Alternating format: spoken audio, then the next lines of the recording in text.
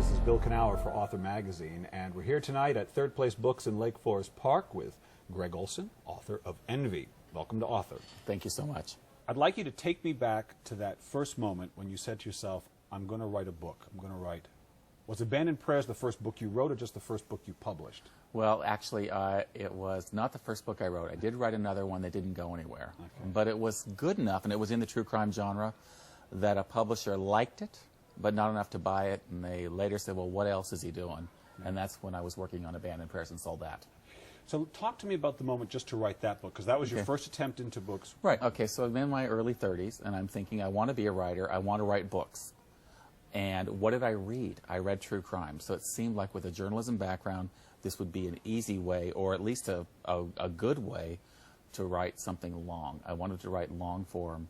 I felt that a story needed more breadth than what a newspaper article might give, or even a magazine. And you actually made your first step sort of the best step for what many writers don't always take, but you took it right away, which was to write what you read, write what you were reading. And that's usually almost always the best place to start. I think so too. And plus, I wrote what my skills were. My skills were as a journalist, as a writer who interviewed people to get the content. I wasn't making stuff up. I was basically getting with people, which I think I'm good at, and channeling their stories. So I had a leg up on somebody who's just sitting there wanting to be a writer. I thought I had a clear path. Eventually you'll move to fiction, but you're spending a lot of time with some sort of twisted people. That's right. Their stories. How is that?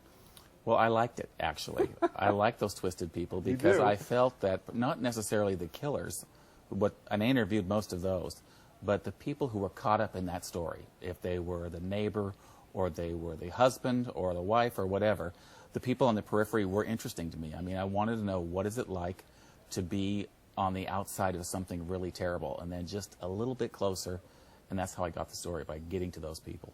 Were you able to get them to open up to you, really open up, because you need to get into what they're feeling, not just what happened? That's right, and that's really the gift of writing true crime and writing in a book form, is that you're going to spend a lot of time with these people.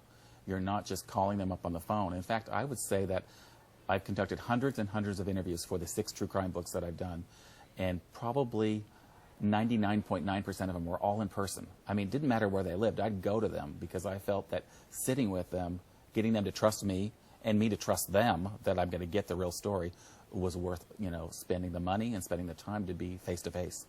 But up to that point, I imagine you were kind of edging up against fiction. Obviously, you couldn't fictionalize anything, but you must have been getting that storytelling vibe going, because you have to keep it tense, you have to keep it moving. That's right. So you must have begun to feel like a fiction writer a little bit, maybe. Well, I wanted to be a fiction writer. But all along? I think maybe, but part of me was thinking that maybe I wasn't good enough. Maybe I didn't have the skills. Maybe I couldn't make up the story.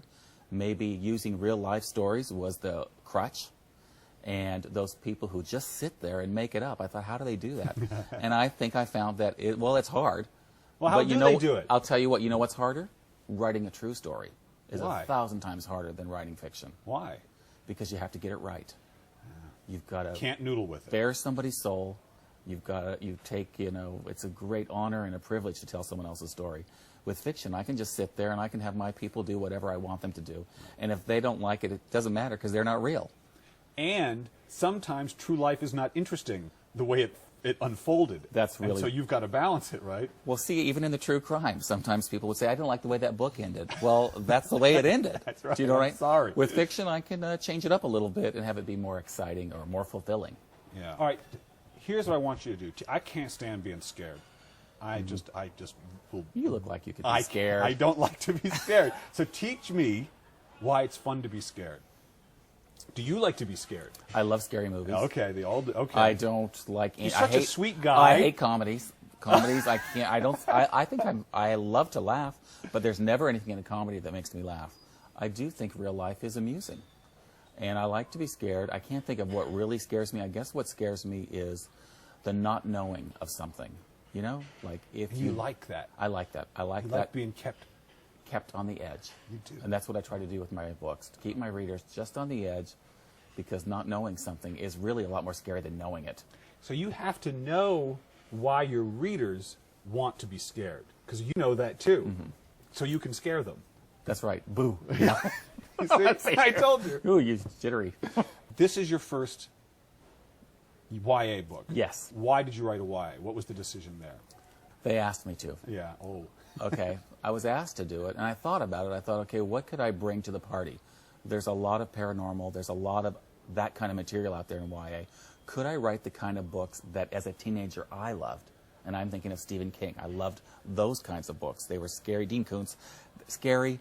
They weren't YA, but I was a young reader, and that's what I read. So that's what I tried to write with Envy, with this series. It's a little bit scary, but it's not so scary that you can't turn off the light and go to bed. Right. I really want to say this because I have been a writer, for 20-some years, maybe it's 30, I don't know, 20-some years, and this book has been out a month, and I've heard from so many more people than any other book I've ever written. Yes, this is the YA readership. Yeah, they're blogging about it. Yes. They're doing videos about it. Yes. They're telling me what they love, maybe what they don't love, where I would write a book, and it could be a New York Times best-selling book, and I'd maybe get 20 emails from people over the years saying, oh, I really liked your book.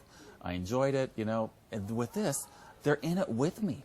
Yes. From the beginning. It's just fantastic. This is how they are. It's like you're a rock star. It's exciting. Yeah. Right, isn't it? It is really the best they thing. are the most avid readers. Yeah. And the most passionate, especially the girls, I find. I don't know, the boys too, I suppose, but the girls really get into it. I mean, I hope you get what I'm saying, because it's sort of like writing is a lonely kind of job in some ways. You sit there and you write it, you put it out, it's published, but really for me, particularly in mass market, when it comes out, it's over. Yeah. Okay? With this, it feels a little different, like I'm young again.